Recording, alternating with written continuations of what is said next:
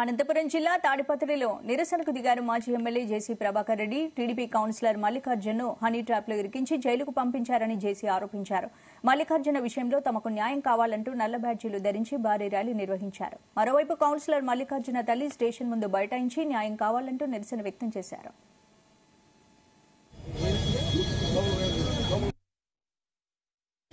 తాడిపత్రి నియోజకవర్గంలో ఇప్పుడు ప్రభాకర్ సార్ ధర్నా చేస్తున్నారు. హనీ ట్రాప్ అది ఇదని, హనీ ట్రాప్ అది ఇదని చెప్తున్నారు. హనీ ట్రాప్ అంటే ఏంటి అంటే వాడిని నా దగ్గరికి మీరే పంపిస్తున్నారా, లేకుంటే మీ పార్టీ వాళ్ళు ఎవరైనా పంపిస్తున్నారా?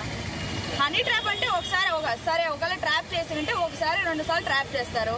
పదే సంవత్సరం అంతా వాడు వచ్చిన కదా ట్రాప్ చేసినంత.